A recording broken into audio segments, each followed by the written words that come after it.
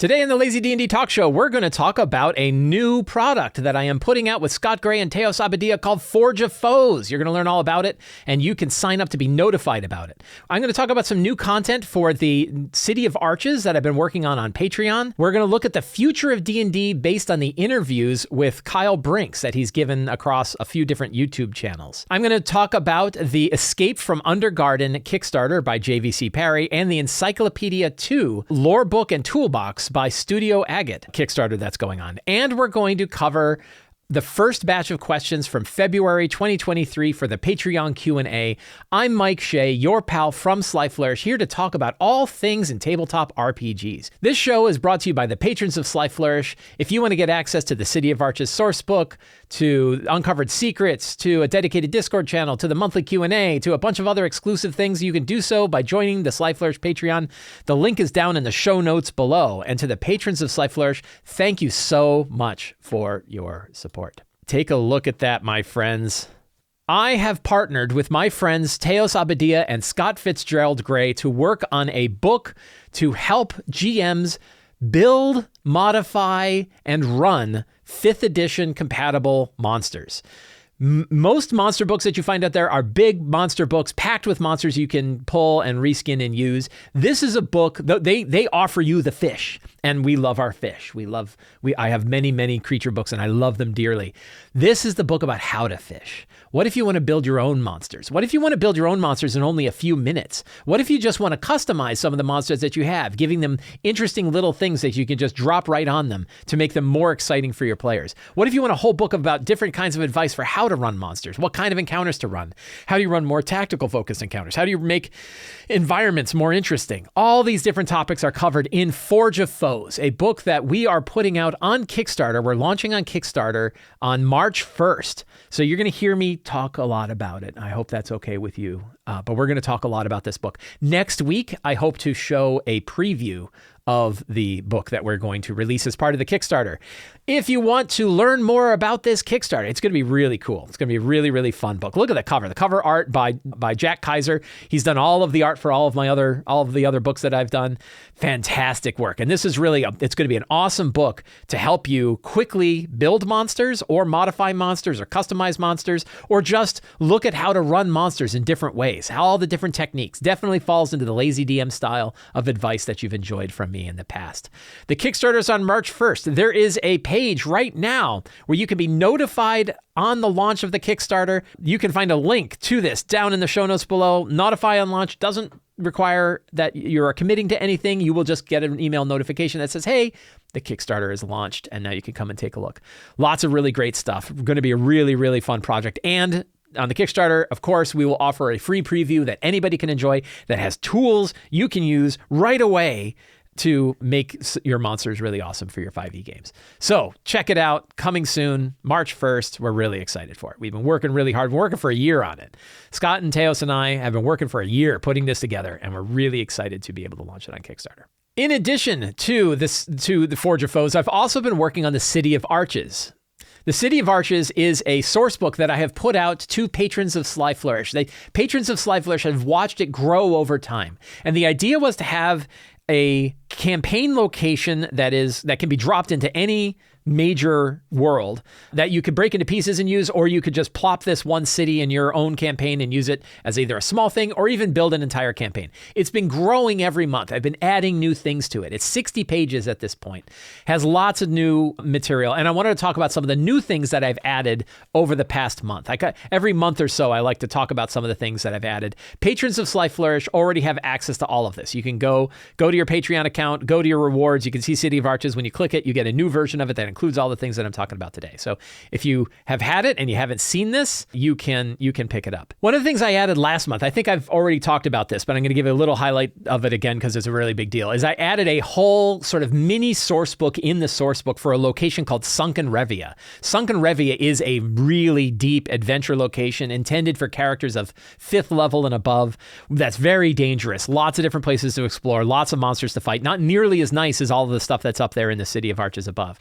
And I have a whole section of it that talks about what secrets it's got, how you get there, the different factions that are at play, and of course the locations. I commissioned Chloe Beland to do the map. Chloe has done the other maps that you can find here, and she did a really, really awesome map that kind of shows all of the different adventure locations. So you could probably spend 5 or 10 levels exploring this area, working with the factions, fighting all the monsters, exploring all the places that exist in here. All different locations, all different kinds of monsters to fight. It's really designed to be that sort of lost city underneath the city, and has all different kinds of creatures from different tiers. There's like a fallen angel down there. There's a huge dragon down there.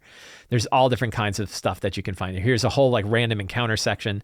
So that whole section of the adventure, I think it's about 10 or 11 pages just for that. It gives you a really cool adventure location. And again, like everything else in this, you can rip that part out and drop it in any adventure that you want. It doesn't have to be tied to the City of Arches to use, but it's definitely a cool part. It gets into this idea that the City of Arches is layers and layers and layers of different areas, crypts and lost chambers and hidden warrens and seedy underbelly cities, and then places like this that are filled with adventure.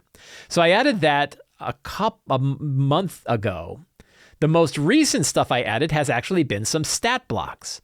So I've expanded on the villains of the City of Arches section. I had started this by adding a villain called Brother Cavil. So Brother Cavil was sort of an evil priest, like a priest of murder. And I wanted to build I've used this kind of stat block in my games before, a really hardcore, he's a challenge rating 9, but he's intended to be fought as a solo creature. He has legendary resistances, for example, and really, really dangerous. And I've seen some folks in the Sly Flourish Discord server talk about running him and how he really pushed people to the edge. So if you're looking for like a single powerful evil priest that you want to drop into your game, this Brother Cavil can do it. I actually commissioned art for Brother Cavil here that I thought was really cool. So I wanted to expand. I was like, I really kind of enjoyed that. And what are some other stat blocks I would like to drop in?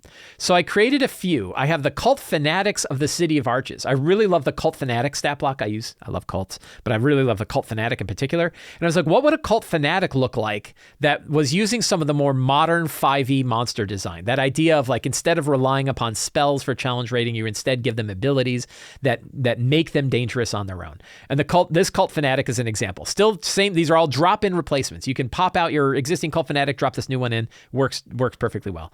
And this cult fanatic, CR2, and the main thing is that the cult fanatic has these two attacks with its divine blade. The divine blade is sort of like the equivalent of your spirit weapon / your, all the different kinds of things that you would normally expect like a cult fanatic to do. They're kind of combined them together into this divine blade, which they get to make 2 attacks with the divine blade. It is either in melee or ranged, which is really efficient. It means you get 1 attack that you can do either right next to you or far away. I think it goes 30 feet out, and it does 6 radiant or necrotic damage. You get to decide what damage type, radiant or necrotic, that they inflict. I expanded on this later.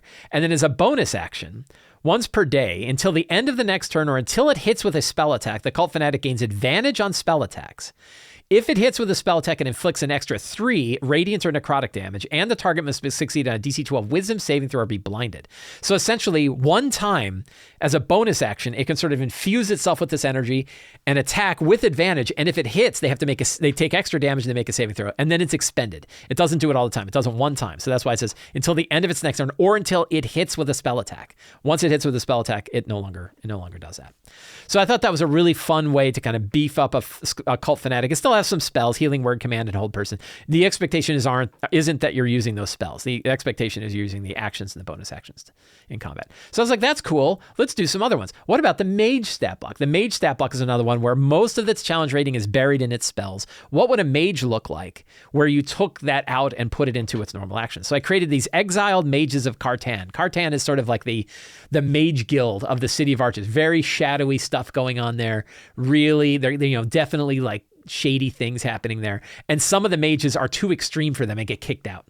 And this is an example. The Exiled Mage is, again, a challenge rating 6 monster. This is a fun thing that I added, where the damage inflicted by the Exiled Mage's attacks befit the mage's studied discipline. Different mages study different sort of effects, and when they do, the damage type of their attacks change. So you could have an Acid Mage, a Poison Mage, a Radiant Mage, a Thunder Mage, and all you have to do is change out the damage type, and it changes the whole flavor of the mage. So that makes this one stat block really flexible. Exiled Mage makes 2 attacks with its Arcane Spear. Again, melee or range attack. 22 points of damage, really high because of CR6, and changes based on the area of study. And then an Arcane Blast is essentially like a fireball. Bonus action, Step Between Worlds. It can teleport. Basically, it does like a Misty Step. And then reactions, it can either do an Arcane Shield or a Spell Reflection. Spell Reflection is like a Dispel Magic, or like a counter spell, only it can take the spell and shoot it somewhere else. Really fun. So the Exiled Mage is there too. I like the white stat block a lot, but I always thought the white was a little weaker. So I created a Tomb White stat block that does more damage. Here's a whole Tomb White stat block. And then the big one, the Lich of the Nameless King. I love the Lich stat block, and I wanted to make my own. And I wanted a simple Lich stat block. So I created a CR21 Lich stat block. You can see it's not huge. It should be significantly easier to run than the straight Lich stat block, but still equally dangerous. It still feels like a Lich. So those were all the things that I added to the City of Arches this past month. Again, every month I add a couple things. I'm already starting to work on the new things that we're adding to it. So really fun. And again, joining the patron of Sly Flourish, you get access to this directly. Stay on as a patron, and you get access to the things as it comes out. Patrons, thank you so much for helping me support this product. It's been so much fun to do. I really enjoyed it. It's a great joy for me to work on the City of Arches. This past week, Kyle Brinks, who is, I forget exactly, he is the producer of D&D, creative producer of D&D. He has a title, and he corrects people when you don't get the title right, but I'm not going to get the title right. I'm sorry, Kyle. I don't remember exactly, but he's kind of the head of the creative team over at D&D. And he has been going around to various like high profile channels on YouTube to talk about what happened with the OGL thing. I'm kind of exhausted continuing to talk about the OGL thing. And all of these 3 interviews, 3 Black Halflings did an interview with him, Alpha Stream, my friend Teos did an interview with him, and Ginny D did an interview with him. So there are these 3 videos, you can find links to all these 3 videos in the show notes below, and you can hear what he has to say. So the one with 3 Black Halflings and with Alpha Stream were recorded and put out directly. They're about an hour long. And then Ginny did an abbreviated one that was about 15 minutes where she took some of the key stuff that he talked about and gave some commentary. So lots of different things you can get there. To me, there's lots of talk about what happens inside Wizards of the Coast, what happened for this event, what the timing was like, all kinds of discussion like that. I'm not that interested in that. I wasn't really that interested in that. Instead, I really cared about like what the inputs and outputs are. I care about what we're doing in the future. What does this mean, and what's going to happen to D&D in the future? And so these are the key points that I kind of picked out from this that I think are true. One is that he was very clear that 1D&D is still intended to be 5th edition compatible, that it is backward compatible with 5th edition. He said that they are going to either update the 5.1 SRD, or they're going to put out new documents that act as a bridge between the 5.1 SRD and the stuff they're doing with 1D&D, and that material would be out under the same Creative Commons BY license. That's a great intention, and I hope they do that. We, of course, have to wait and see that they actually do. And the problem is it could be years before we see that. So he can say that now, but who knows what happens over the next year. We know what we've got now, but things can change, right? And one thing that we've seen is things can change, and the world is unpredictable. This situation is unpredictable. So we can hope, but the intention is there, and I believe him. When I hear him say that was what their intention is, I believe that is what their intention is now. Hopefully that remains their intention long enough that actually happens once 1D&D comes out. He did bring up the whole question of like on the digital side, like there's rumors like, oh, are they going to stop printing books? And he said like, look, we're going to make what people buy, which makes sense. The only question about that, so he's saying like, we'll do digital to help with digital. We're going to do physical because people like physical. We don't have any plans on pulling anything away unless there's no need for it anymore. The question is cost.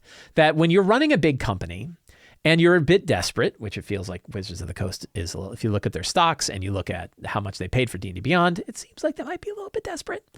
That it seems reasonable that they might say, look, certain things are costing us a lot. And if we could figure out a way to reduce their cost, we don't have to do them. So even if they're profitable, the cost to maintain them might be high enough that they stop. I don't think they're going to stop producing physical books, but they might stop producing as many physical books and might move to producing more digital stuff because it's a lot cheaper to produce digital stuff. We will see. So I'm not saying that we know, but his main point is that digital is an and, not an or. We're not cutting off one source in order to do another source. We're going to do everything. And then stuff that is profitable, we're going to put money there and put energy there. And the stuff that isn't profitable, we'll probably do less of. The question is, will it be profitable to keep printing books? I don't know. We don't know. Alpha Stream, Teos, put him on the point saying, hey, Are you going to commit to continuing support for VTTs? This has been a big question that I had. It's something that when I had an opportunity to bring my questions to some of these influencers, say, hey, maybe you want to ask these questions. What does this mean for your current relationships with virtual tabletops? And in my opinion, the answers that Kyle gave were definitely waffly. They were, I love VTTs, and we know that VTTs grew a lot, and we made a lot of money. He didn't say this exactly, but we essentially made a lot of money. As Roll20 built up, obviously they bought more of our stuff, and that means we made money. So why wouldn't we? He didn't say this, but he's like, so it did very well for us. So we love our VTTs. And he said things like, and I believe in the strength of the competition of these things, that we want to bring out better products, not just, we don't want to compete. I don't want to compete by hurting other people. I want to compete by putting out better stuff. And Teo said, that's what you're saying. Is that what Wizards of the Coast is saying? And Kyle said something along the lines of, well, things change, and we didn't expect things that like Roll20 and One Bookshelf would now be one company. So, we can't really say. And I was like, gird your loins, gird your virtual loins, because he did not commit to D&D continuing to support Roll20 and Fantasy Grounds into the future. He just didn't. And it is very possible they will continue to support it. We're going to see. We're going to watch. And these indicators that we're going to watch are really careful indicators. But I can tell you this, he did not say, I commit to you and Wizards of the Coast commits to you that we will continue to support Fantasy Grounds and Roll20 with all of our current 5e products and with our material coming out for 1D&D. He did not say that. And that means that those are, in my opinion, at risk of losing their content from Wizards of the Coast. Either, possibilities are they could remove content that they already have there, probably not as likely, but they could not put new content on there, and that would be an issue too. So we have to prepare for that. And I think there's some things that we can do to prepare for that. For those of us that use Roll20 and Fantasy Grounds, I don't, but other people do. There are things we can do, and we'll talk about that. But here's the thing that hits me. These are two things that stick out to me when I think about this, that I focus on a lot. And one of them is that all of the things he said, and I want to make it very clear. I like Kyle. I had never heard of him before, and then I saw these interviews, and I really liked what he said. And I think he looks, from what I can see, to be a very strong leader for the D&D team, and that's great. He's still working at Wizards of the Coast. He's still working for Hasbro. And this is my point, that whatever the reasons were, whatever this idea of like, is a good, they were good things from good places that ended up going in a really bad direction. Whatever the reasons were, which were clearly bullshit, they did not.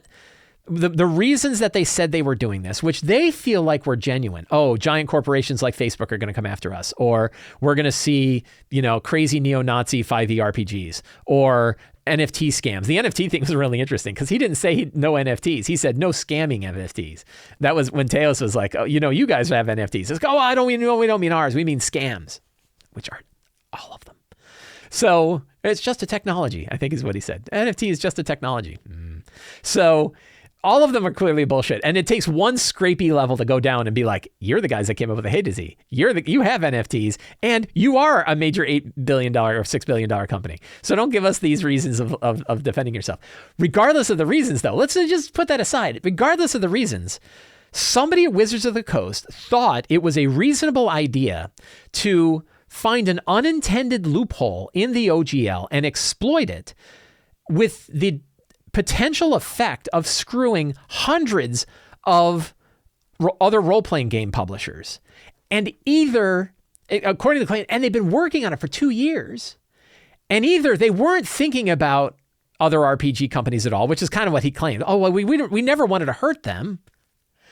So either they were willing to accept the damage that they were causing those other RPG companies, or they weren't thinking about them at all and didn't think about them for 2 years. That's not great. And they're still there. Neither of those options are good. And that group is still there. They were willing to exploit this loophole. It isn't a question of like, I know a bunch of people get caught up in they lied about it being a draft. I kind of don't care about that. That's secondary to the point that they were willing to clearly act in bad faith on this contract. They were willing to act in bad faith. And the way to know that to be the case is to ask them, did you think that the original version of the OGL was intended to be deauthorized? They're either going to lie to you and say, we think it was intended to be authorized. And when Ryan Dancy says, no, it never was. Or they're going to say, legal things change. You were willing to, act in bad faith on a contract. They were willing to act in bad faith on a contract because of these other fears. And maybe they actually did fear this stuff, but they obviously didn't fear it enough that when the whole chaos came down, they put it in the Creative Commons. So that's a whole different direction. That still bugs me. That idea that there are people there that are still willing to act in bad faith on a contract. And that gets to my second point, which is I had no idea they would be willing to act in bad faith like that. There was no part of me that thought that they would be willing to do that. So what else am I not thinking they'll be willing to do? What else could they do? What other kinds of, sounds extreme. And there's many good things they could do. We're going to talk about the good things that Wizards of the Coast can do. Things that they could do that will make our whole hobby better. And they've already done one. Putting the 5.1 SRD in the Creative Commons has made our hobby tremendously better. So we're going to talk about the good things. But then there's also what are the other things that they might be willing to do? If they're willing to act in bad faith on contracts on this, what other things might they be willing to do that could damage the RPG industry as a whole? And I'm thinking about this a lot. I brought up some, and I don't know that I have all the answers because again, I didn't have the answers 2 months ago. I had no idea this was going to occur. And even the people who brought it up as a possibility, I was like, "You're an idiot. Don't talk about that." And it turned out they were totally right, and I was totally wrong. So what else am I not thinking about? That it doesn't keep me up at night. It's actually almost a fun question to ask. Of what else is out there that I'm not thinking about that really could damage the RPG industry? And I have a couple of thoughts on it. So what are the things that we could watch out for that would be bad signs? These are bad things that are the bad signs that show that Wizards is still not really acting in good faith. And these are both things that they are in the full rights to do. And that is ending support for Roll20 and Fantasy Grounds. They could either end support, and they could do it in a couple ways. One is pull all the material back so you can't get any 5th edition material on it, and you can't get any of the official D&D material on it. They can still use 5th edition because they still have the SRD, everybody does. And now they have things like Level Up 5e, and they'll soon have Black Flag and other ones. So they have other ways to run this. But it's possible Wizards of the Coast could pull back official D&D material from Roll20 and Fantasy Grounds. They could also stop publishing new material there. So they could either only release some stuff there, like we only do adventures, but not, if we do a new book of character options, we're not going to release that. Or they could not do 1D&D. They could say, we're not going to support new virtual tabletops with 1D&D. We're probably not going to know the answer to this for years, because I think they will always certainly continue to support those platforms until they have their own VTT. And that might be a while. We don't know what's going to go on with that. That's a big question, what they could do. The other one is that they could dork with or end support for the DMs Guild. I don't think they're going to bother, but again, what do I know, right? I didn't think they ever removed the OGL. So who knows why they would want to do what they could do. But that's something they could do. Now, the interesting thing for both of these is I don't think they have to exploit a loophole in a contract to do either of these. They could just stop doing them. They are in a much better case to be able to do this than they were to revoke the OGL, and they tried the OGL revocation. So, these things are things that are clearly legally in their corner, things they could definitely do. There's good arguments about why they won't, and we'll have to see. But I think these are things, again, we need to gird our virtual loins. We need to be prepared for, making sure that the RPG, that our world, our lives in the RPG industry are still strong, even if they were to do these things. And I can't really think of anything else that they could do. But I think, there's some other things. So what are some of the good things? So, Kyle talked about in the 3-back Halflings video, he said, how do you, they asked, how are you going to rebuild the trust? And he said, well, not through talk, not through things like this, but through deed, through specific things that we do. And I was like, okay, well, what would those be? What are some of the things that they could do that would help rebuild the trust? And for some, they build nothing. The answer is nothing, right? And trust is, I talked about this last time. I don't know what trust means. It doesn't mean so much like, they're still a commercial company. They still have a profit-driven thing. It means trust them not to hose the RPG industry and trust them to be good neighbors, right? Trust them to be a force of good in the hobby. That would be good. And there are some things that they could do. One thing that they could do in the short term is release the 3.5 SRD under a Creative Commons license. And he said he wanted to do that. Right. He said that, we need to look through it and make sure we're not giving away the farm like they did with Strahd. But we want to make sure that we go through and don't give away anything that we didn't intend to give away. But we want to release the 3.5 SRD under the Creative Commons. That really, given that the 5.1 SRD is out there, I think it's not really going to affect a lot of us to have the 3.5 SRD under there. But there's a lot of material in there that people could probably use for other variants of fantasy role-playing games that would be useful. So I think having that out there, it's a lot of stuff. I have the 3.5 SRD under the OGL 108, which is still available available and usable because they're not revoking the OGL 1OA. So it really doesn't change much for it to go into Creative Commons. But there's a lot of material in this, psionics and different classes and all kinds of things. You can actually, it's kind of hard to go find, but you can find it. And I'll put a link. I'll find a link and I'll put a link in the show notes below for the 3.5 SRD. It's actually in RTF files. It's not even in PDF. It's in rich text documents, but you can get it. So releasing that would be definitely a sign of a good action. Another sign of a good action would be doing what he said, which is releasing one D&D material under a Creative Commons license. The problem is it might be years before we see that because one D&D is, a year and a half away. And they're probably not going to immediately put that stuff out under a Creative Commons license. I wouldn't think so. I mean, it took 2 years to put out the 5.1 SRD. After they had released the 5th edition of D&D. It probably won't take them as long this time, or it shouldn't need to because they know they're going to do it. I think then it was 2 years for them to decide they were going to do it. Now they said they would.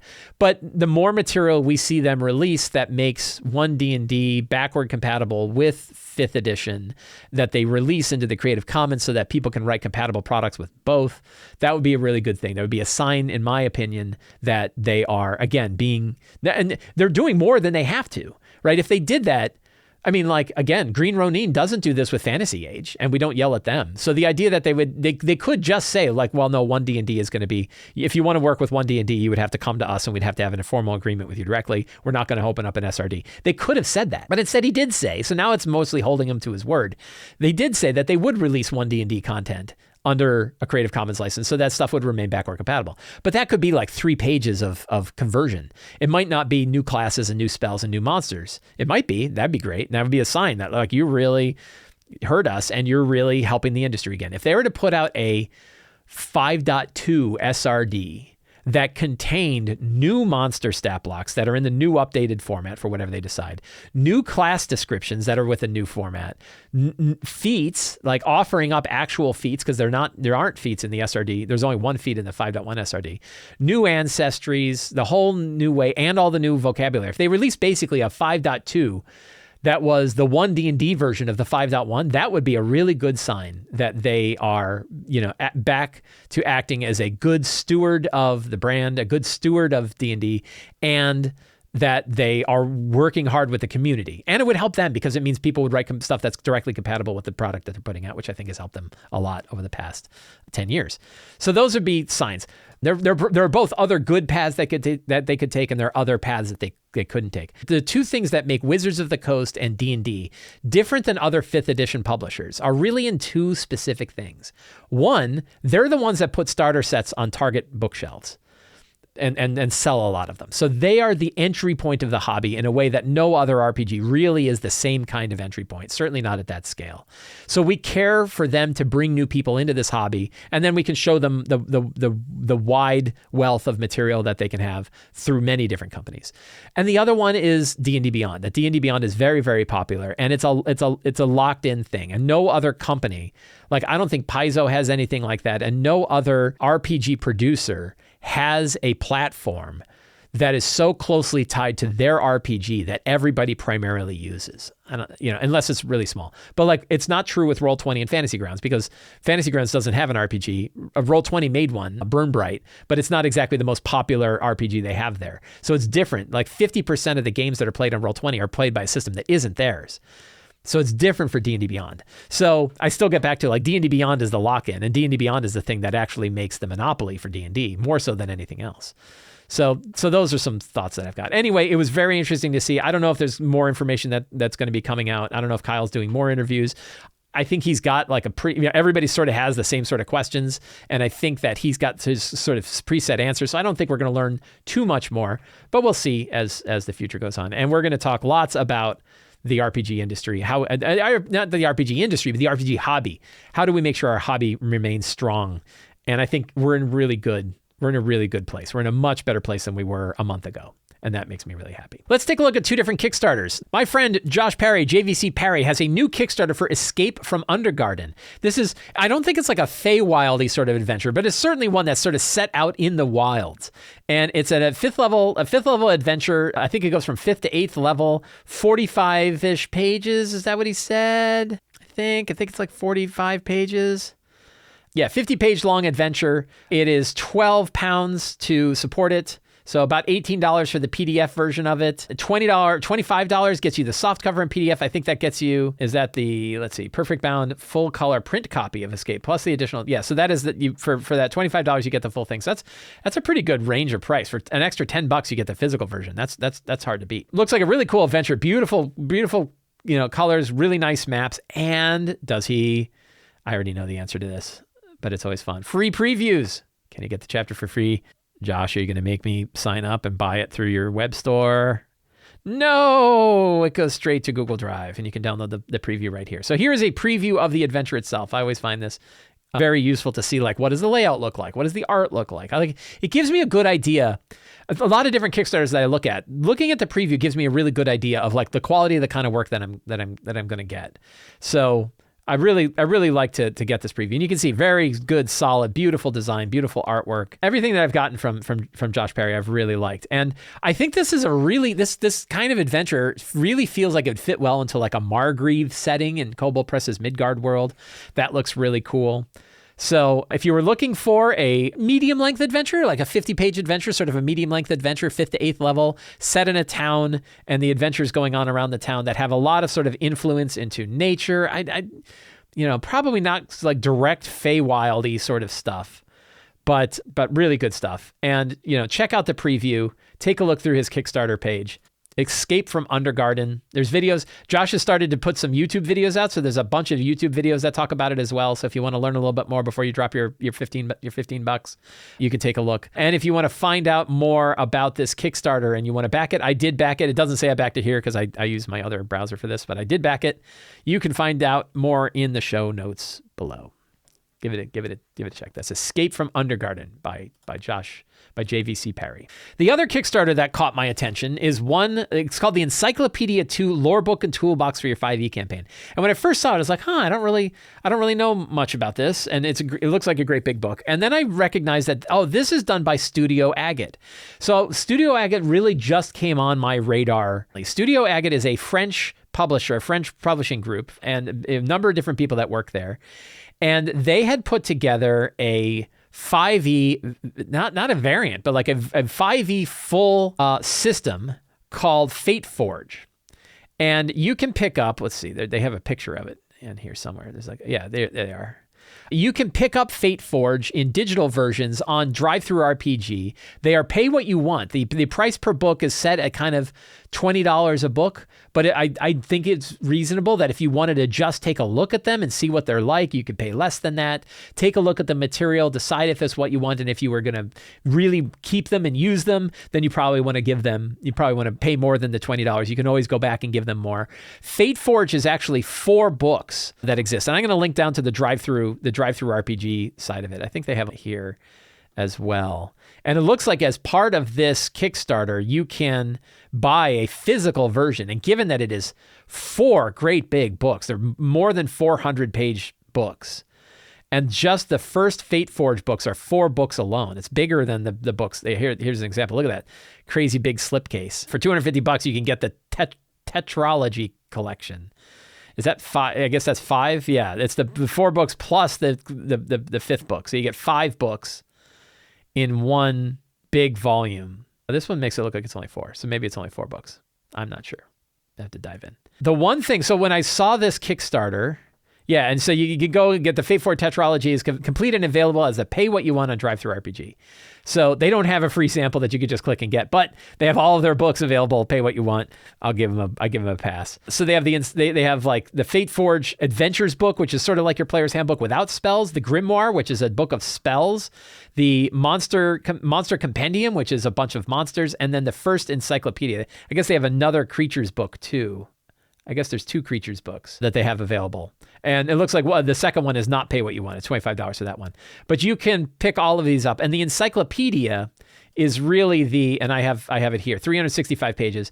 This is really the kind of product you're going to get from the Kickstarter that they're backing.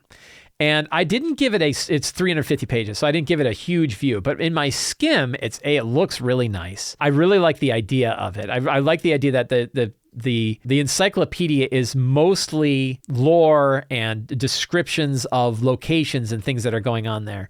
They look really cool. The one I had heard a criticism from somebody else, I wasn't able to verify this myself because I didn't dive in too deep, is that because the Studio Agate is a French publisher, their English may not be quite as strong as an English publisher who is, native English speakers.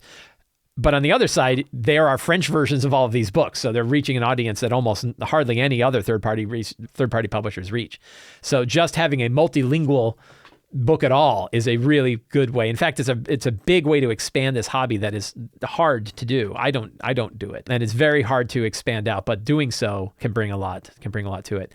There's one interesting angle that the Fate Forge and that this publisher takes, which is this what they call their modular system, and the idea is that you could sort of wrap an entire theme around a campaign based on these ideas. So you have like action, corruption, dark, gritty, intrigue, life lock, magic lock, mind lock, mystery, and throughout the books, all of the books, you'll see these icons that say, for this kind of theme of your campaign, here is something that you may want to do. It's sort of like spreading like these different lenses over the entire RPG system so that you can see like, oh, if I want to run a dark game, here are these new rules about how to make it run darker. Or, there's the magic items indicated by the mind lock icon greatly facilitate access to information, thus making investigations much easier. If the leader wants the campaign to be focused on intrigue, leader is like a GM. The leader wants the campaign to be focused on intrigue and mystery with no possible shortcuts. They can restrict or even remove access to these spells. So it's these plug-in options. They talked about this with 5th edition originally, right? That you would have these sort of plug-in options that can completely change the overall theme of the. My browser's slow. You can see that the design work is really, really good. The physical design of the book looks really, really cool. So what I would recommend, again, I'm brand new to this publisher. I haven't really dived deep into what they produce. I haven't used any of the material. One thing I did notice when I went to the monster book, the first monster book, is that it's primarily the monsters that are directly out of the 5.1 SRD with no changes. So there are a bunch of unique monsters that are unique to the setting that they've added in there, but they haven't changed the design overall. So it's not exactly like Level Up 5e where they really redid everything. Most of what is in here that makes it 5e compatible is taken directly from the SRD and put in. So you're getting a lot of the material that we're all used to, but instead what you're getting, and I presume that one of the real benefits that when they did it is they were able to then translate it all into French so that they had a multilingual version of 5e that they could bring to their audience. So that looks really neat. So what I would recommend is going and checking out their products, specifically going and checking out the first compendium, which you can pay what you want. The encyclopedia, right? They talk about in this Kickstarter, hey, go check it out by checking out our compendium, which is pay what you want. Check it out, see if it's what you dig. And if it is what you dig, go ahead and back the Kickstarter and you can get the compendium too. I did back the Kickstarter. I backed it for the PDF of the new one to see what they would have. And again, kind of explore it. To me, the artwork is absolutely phenomenal. And it looks really neat. So I'm always eager to see this. And I've had people come to me and say, "Oh, you should really check out what Studio Agate has done with Fate Forge," because it is a full 5th edition game. So when we talk all this stuff on this show recently about like how do we make sure our hobby is strong? Well, the idea that we now have, as far as I can tell, 3 current 5th edition variants that are very different from one another that are not published by Wizards of the Coast. The 3 that come to mind are Level Up Advanced 5e, obviously, Fate Forge, which we were just talking about, and then something like 5 Torches Deep, which is a 5e variant that's really built to be like an old school game. It's much smaller than the other ones. Doesn't make any less of a game, makes it interesting. Those are these new versions of 5e that we can enjoy. And the idea that Studio Agate has a version of their own, much bigger. Like you look at one and it's like a $10 for a 50-page PDF, and then you look at this one and it's like 1,600 pages or something like that. So really interesting. We have all these different ways to get involved with 5e, which really means, in my opinion, what I'm enjoying about this and what fills me with happiness and joy while I think about this is that 5e is its own existing RPG platform that is independent of any one publisher. That's phenomenal. And here's an example of that being the case. So check out the Encyclopedia 2 by Studio Agate, available on Kickstarter now. Let's do our first batch of questions from the Sly Flourish Patreon Q&A. REG says, I recently started a big 1 to 20 published adventure, and I am feeling incredibly intimidated and overwhelmed with the scope of the campaign. I've only run homebrew in the past, and I admit that running a published adventure would be both simpler and less work. I was wrong. Do you have any advice for dealing with that feeling of being overwhelmed? How do you take something with such massive scope and make it feel doable? Excellent question. First thing, which I think is important, which I think you picked up on here, and I think it's an important point to learn. Running a published adventure is not easier than running a homebrew adventure. And in some ways it is harder. And in some ways it offers you stuff that you wouldn't normally get from running your homebrew. It's a different thing that you're running, but it is not necessarily easier. So that you picked up. Running a 1 to 20 published adventure. So one thing, and I think I brought this up when I answered this on Patreon, is not knowing which one you're talking about could kind of change this answer, because there's not that many 1 to 20 published adventures. And most of them are like 1 to 12 or 1 to 16 for big ones. But most of the time you can break them up into pieces. And most of the time you can focus on the piece that you're breaking up and only worry at a surface level about the stuff that's going to happen later on. So you still want to take, even when you're running a published adventure, you still, in my opinion, you asked me the question, so I'm giving you my opinion, but it's just one opinion of one person. So one way to think about this is to think about it in the same way as other spiral campaign development, which is, where are the characters right now? What are they doing? What's going to happen to them? Where are they going in the immediate term? And even in a published adventure, you can still like focus more. It's like focus and resolution. You want your deepest focus and your highest resolution on the things that are going to happen to them in the next session. And then you want to have a little bit more focus or a little bit less focus, but a little bit less resolution on what are going to happen in the next few sessions.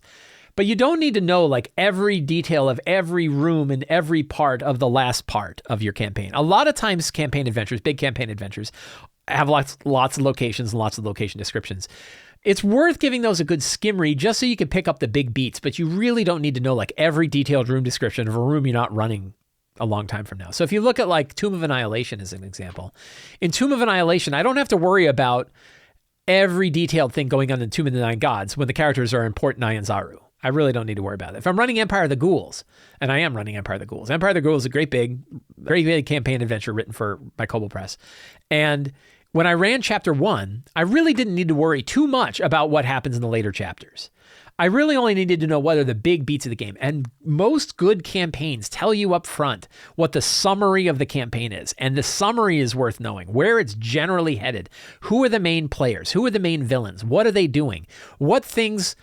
what little hints do you want to give? What hints do you not want to give? But really, you don't have to worry about the last part of the campaign. Focus on the game that's in front of you. Focus on the game that you're running next. Think about what you need for that. And it's really only like when you're filling out your secrets and clues and your other parts where you think like, oh, what secrets should I be plucking that are foreshadowing things that are happening in the future? And that feeling of being overwhelmed, sometimes that's within us. And I know that what helps me break feeling overwhelmed is the refined system that I have of knowing what I need in order to run my next game. That helps me a lot. That's why I wrote it in Return of the Lazy Dungeon Master. Your own list of things might be different, but having a system that you're comfortable with, that you feel like once I've done these 5 steps or 8 steps or whatever, I feel good. I think that helps a lot of anxiety with game prep in general, and can help here too.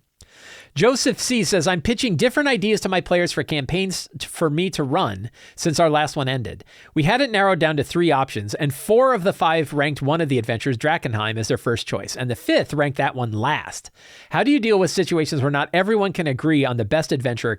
That's a good question. One thing is that I don't usually bring multiple campaigns to a group and ask them to pick one.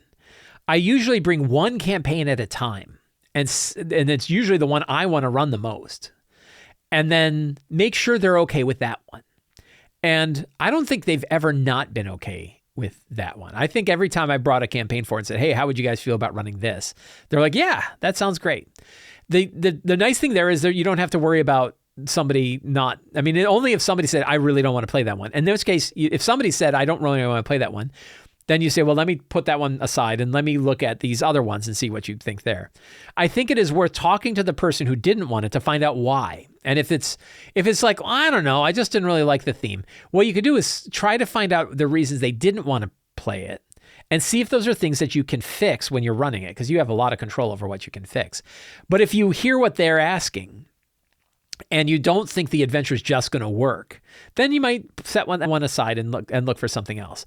But I don't think that, I'm not sure how, I think the problem that you run into when you bring multiple adventures forward is that people are going to get excited about one. And in your case, it was like 4 out of 5 said yes and 1 out of 5 said no.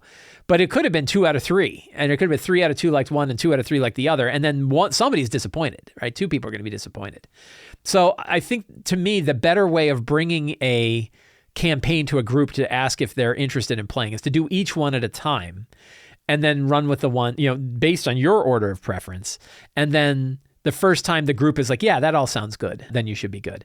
If you do have somebody where it's like, I really just don't want to play that for whatever reason, you might say, okay, we're going to set that one aside, right? But then you could also say, do you want to talk a little bit about what you're worried about with this one or what you don't like about it? And if they're like, I really don't like that whole theme at all, I don't want to do anything with Drakenheim and Dark Cities and stuff like that, I just played a Dark City one, then maybe you go, okay, well, let's pick a different one. But if they're like, tentacle horror, I don't really dig, they're like, well, maybe we'll take the tentacle horror back a little bit. Yeah, it might be hard to do with Drakenheim. Drakenheim's got a lot of tentacle horror. So Joseph, I hope that helps answer your question. Brooks says, has it always taken you an hour or so to prep it for a game? How do you get to the point where you could generate ideas so quickly and feel confident running them? So those are 2 interesting questions together. No, I haven't always spent an hour prepping games. And in fact, sometimes I spend more than an hour prepping games now. It depends on what I'm prepping. If I'm doing a really nice, fun Dwarven Forge setup with all the minis, and I'm setting it all up on my table, and I got all this kind of fun stuff, and I need to get all the books set, and then it can take more than an hour. Going through the 8 steps typically never takes me more than an hour. Those 8 steps help me kind of get through it. And for me, it's fine to spend an hour on it. But to me, having the critical stuff up front, knowing that if I only had a half an hour, could I get through my prep? And then if I have more time, I can spend it. And I wrote an article about what would it be like to spend an entire day prepping an RPG game. Let's see if I can find this here.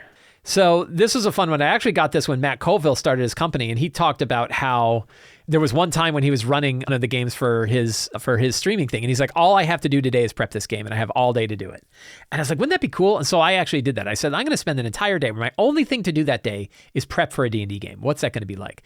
And I went through a whole bunch of different things, and what I found was a lot of the stuff that I did really didn't. And some stuff did, but a lot of stuff, one thing I did is this was when I was running Ghosts of Saltmarsh, and I went and printed all of the maps out on blueprint paper, went down to Staples, had them all printed out, brought them all home, and it was reasonably priced. And I think I used 2 out of 12. I really didn't end up using those maps because it's they didn't even go to the places that I printed maps for. So I spent a couple of hours on maps and some money and ended up not even using that stuff. Then there was other stuff that was really useful. So in the bottom of this article, I talk about what are the things that really were useful. Making nice handouts was really useful. Coming up with maps, but really the maps that you're going to use in the short term is useful. Finding the right minis is useful, but the further out you're prepping, the more you're not going to need it. So there was definitely a diminishing return with the amount of time that I spent on prep. And I'll link to this article because it was a fun time. There's a couple, 3 years ago that I did this, almost 3 years to the day. The other question about how do you generate ideas? So there's two things, and I talk about this in Return of the Lazy Dungeon Master. 2 things that I think really help fuel ideas one is absorbing lots of good fiction, TV shows, video games, movies, books, audiobooks. Absorb good fiction, find good fiction, fill yourself up with it as often as you can. Get off the social medias and go watch fun Netflix shows or read a fun book or whatever. Find ways to absorb good fiction. Bring that in. This is Stephen King's thing, but it really works. Fill your mind up with characters and locations and concepts and scenes and ideas and all that. The other one is random tables. I really like using random tables, random scenarios, and I tried to pour a lot of that into the Lazy DM's Companion. So if you're looking for ideas to help generate things for your group or for your game, consider taking a look through the Lazy DM's Companion, but you can also look through other random tables. The Dungeon Master's Guide has a lot of random tables. I love the stuff that Raging Swan puts out. Look at Raging Swan's products for some of my favorite random tables.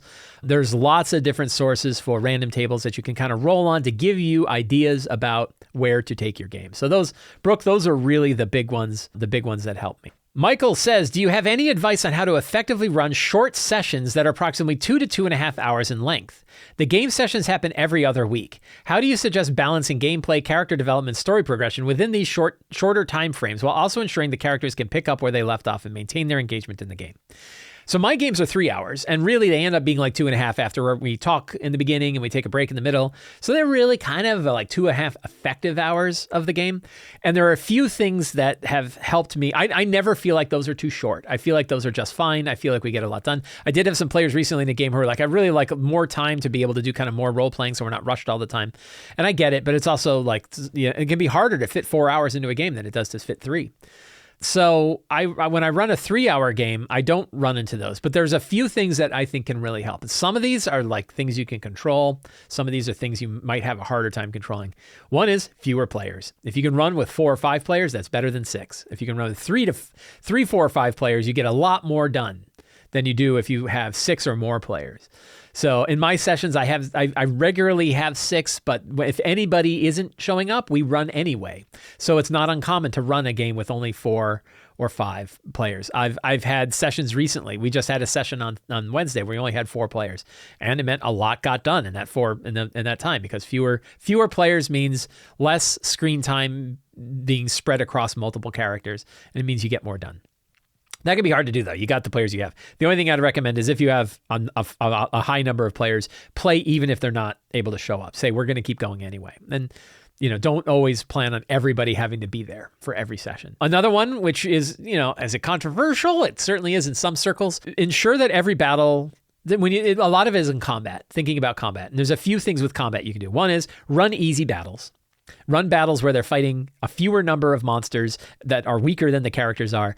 Let them have fun blasting away weaker monsters. That's something a lot of DMs don't do. They make every battle challenging, and that means they're longer. Doesn't mean you don't have a big boss fight, but I expect that DMs are undervaluing easier.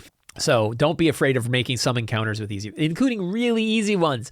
You guys are level 6 characters and you're facing 2 bandits. That's okay. The other thing is to be comfortable running battles without a battle map. Use abstract maps, use theater of the mind combat, but make some of the battles that are more straightforward where the room isn't really that complicated and then the different types of monsters, there might only be one type of monster, that be comfortable running those in theater of the mind, and that speeds up things considerably. It makes it a lot faster to make things easier. So those are a couple. The other one is like have your strong start, like jump right into the game. Use that sort of what is it called? In media res. Use in media res. Like jump into the middle of the story. Get rid of the intro. Don't start with them like in a town wandering around buying stuff. Throw them in a situation right away. Throw them in the situation that is going to matter to the game so that they're in the middle of it now. And if they have things like, I really wish I had a chance to go buy some potions, say you had that opportunity. If you wanted to have bought potions, you could have bought potions. And then you can kind of take, some of it off the table. Think about when you're looking at your scenes for like a 2-hour game, you're going to get maybe 3 scenes. So think about what those scenes are and what options are available, and think about how you can put more of the pillars into those scenes. How do you draw the characters into them? How do you give them the opportunity to learn things even if it's in a fight? All that kind of stuff. So 2 hours is about the minimum amount of time where you're going to be able to run a game that's going to feel like a good game. 3 hours, though, I've been running 3-hour games now for many, many years. And I find that I get plenty done. I feel like we get a lot done. I ran a 3-hour game on Wednesday where they did an entire heist, rescuing 6 prisoners from a dungeon and dealing with all of the people that were there from the time that they climbed their way out of the well in the center of the courtyard to the time that they escaped and ran off. We got that whole thing done in 3 hours, and it was really, really cool. And the reason why is that we had 4 players, so it was faster. They knew what they were going to do. We started right in the middle, and everything went great. Friends, that is it for the Lazy RPG Talk Show today. I want to thank all of you for hanging out with me. If you enjoyed this show and you want more material like this, you can subscribe to the Sly Flourish newsletter. You can sign up for free, and you get a free Adventure Generator PDF and a weekly RPG-related article sent directly to your inbox. You can also support me directly on Patreon. It's a very low price and you get a whole lot of material. People often talk about, oh, it's such a tremendous deal. You get the City of Arches sourcebook, which I talked about earlier, Uncovered Secrets Volume 1 and 2, access to the dedicated Discord channel, and access to the monthly Patreon Q&A. You can also pick up any of my books at the Sly Flourish bookstore. All of the links to those are in the show notes below. Thank you all very much. Have a great day and get out there and play an RPG.